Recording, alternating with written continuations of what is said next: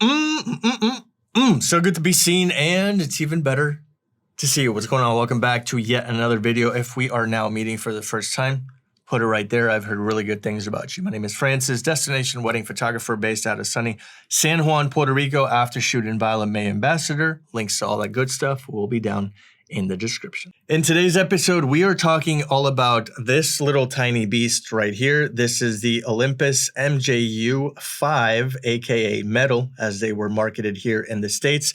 And this little guy is the absolute last manufactured point and shoot camera, at least high end, from Olympus back in 2002. Ever since they decided to start marketing themselves as OM cameras, which is how we know about them today.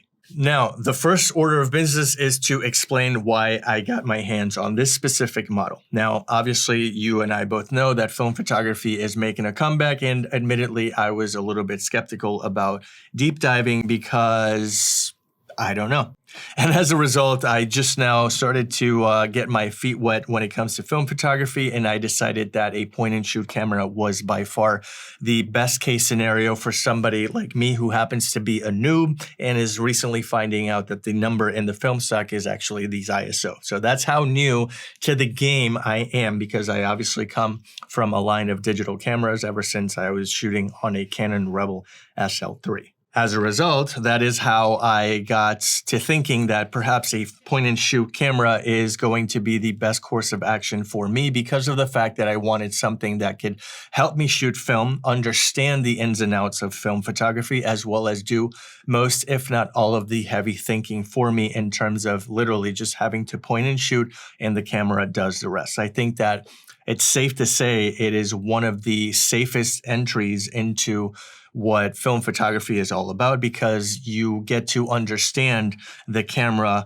why it did what it did, and also helps you sort of marinate the ins and outs, navigate the intricacies of a film camera, regardless of what it is, whether it's a point and shoot or an analog camera, and basically see the results, why the images look the way they did because of the film stock, because of the actual environment, so on and so forth. So I think that if you are anything like me and you're trying to get your feet wet into film photography, I think a point and shoot is the safest bet right now. As it turns out, this bad boy cost me no more than $160 on eBay. Thankfully, it was shipped in mint condition.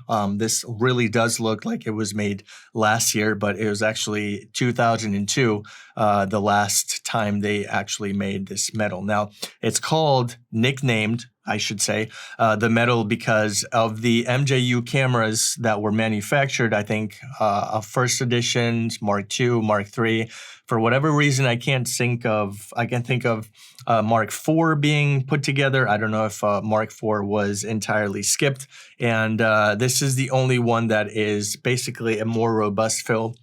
This is purely made of light metal and aluminum, hence the name. So out of all of the MJU line of cameras, this is the higher end model.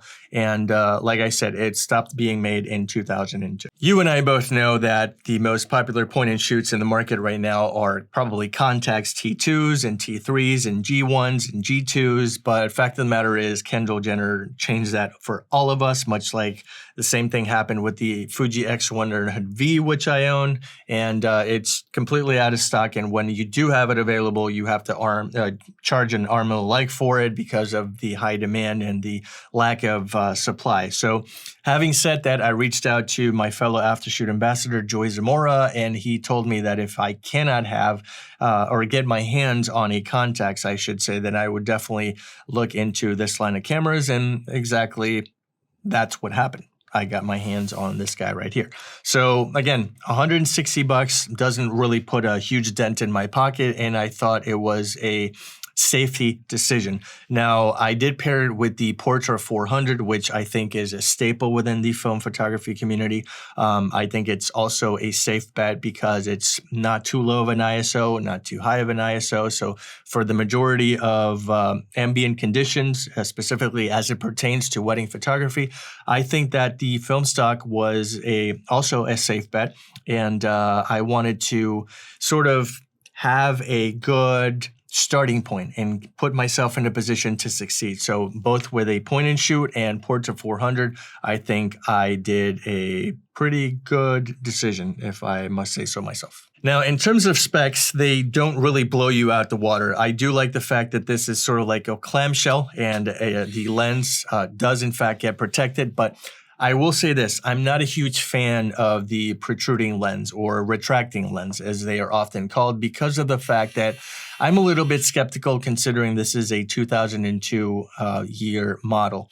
Now, in terms of specs, they don't really blow you out the water. I do like the fact that this is sort of like a clamshell and the lens does in fact get protected, but I will say this, I'm not a huge fan of the protruding lens or retracting lens, as they are often called, because of the fact that I'm a little bit skeptical considering this is a 2002 year model.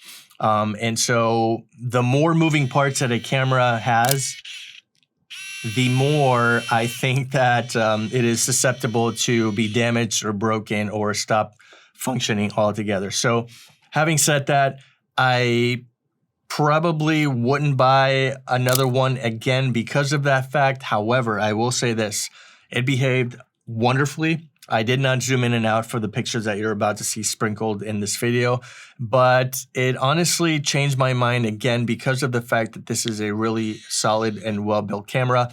Obviously, it's not heavy at all, but it still feels robust in the hand. I do like the fact that the battery in the back does have sort of like a wedge that helps me hold this in place so that I don't have to worry about dropping or anything like that.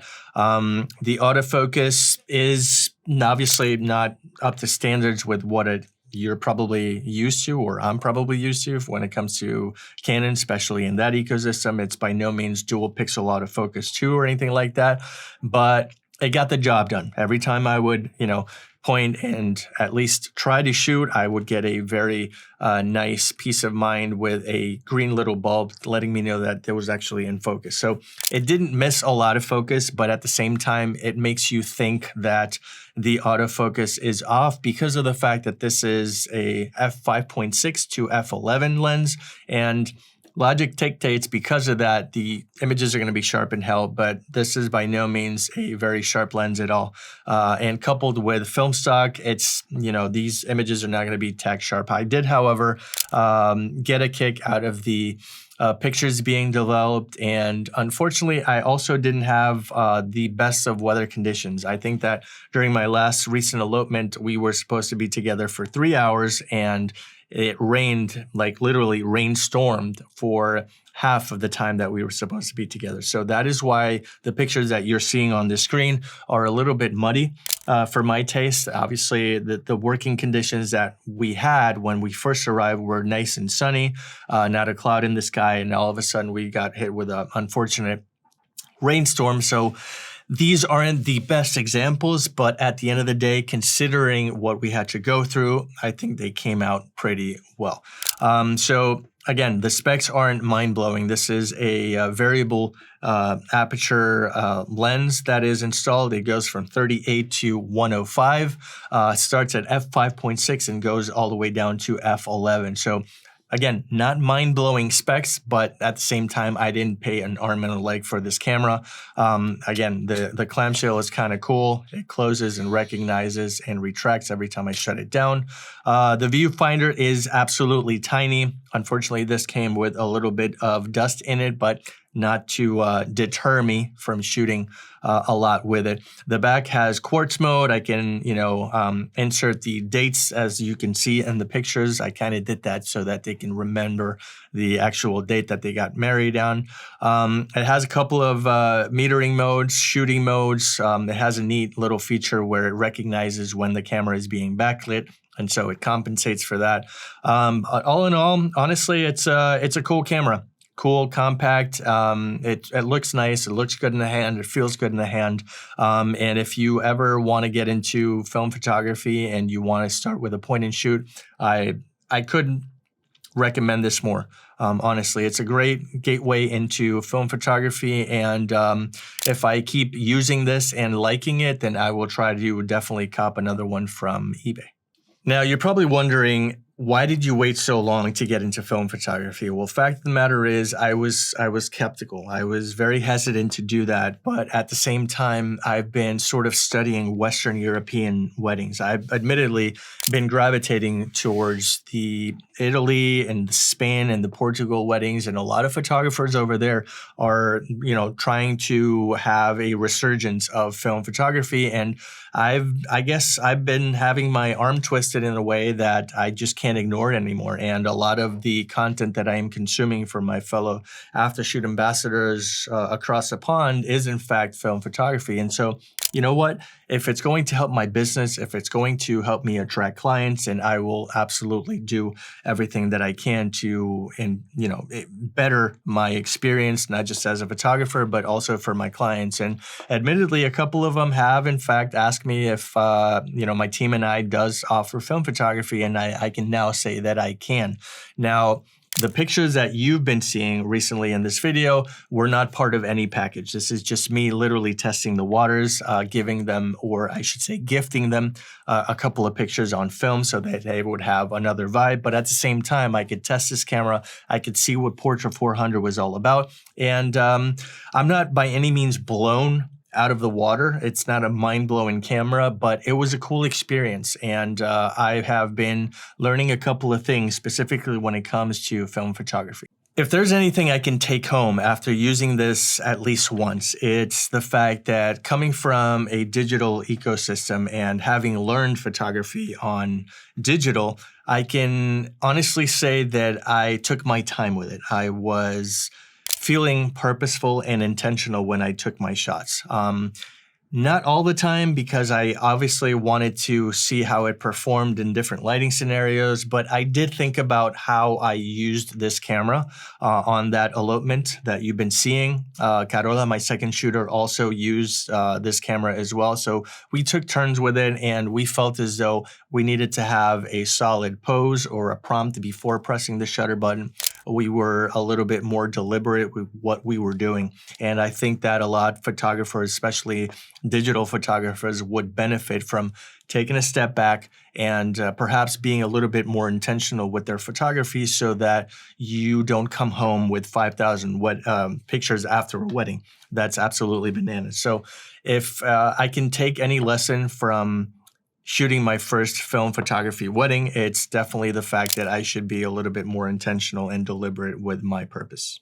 So having said all of this, do I find myself recommending this camera? Well, in theory, yes. I would wholeheartedly recommend that if you also want to take the first step into your journey of film photography, you definitely start with a point and shoot so that you can learn the ropes, have a lot of the heavy lifting done for you, as well as study the environment in which you remember shooting that sort of film, that style of film. For me, it was Portra 400. So I'm going to marinate this. I'm going to digest this. I will probably shoot at least 3 or 4, maybe even 5 more rolls of film before I actually make the decision. So for me, on paper, sure. This is a great, neat little camera. I had fun shooting with this, but the jury is still out for me. This is more of a light review. I wanted to get my firsthand experience with film photography. That's more along the lines of what we're doing in this video. So that is going to be my light review of this Olympus MJU V, aka Metal. I hope you had a little fun. I hope you learned a little something. If you did, hey, stick that thumb where. And if you want to watch more videos like this regarding all sorts of photography, namely wedding, gear reviews, tips and tricks in Lightroom, whatever the case may be, stick around by subscribing. I would love to have you. My name is Francis. Thank you so much for watching, and I'll see you tomorrow.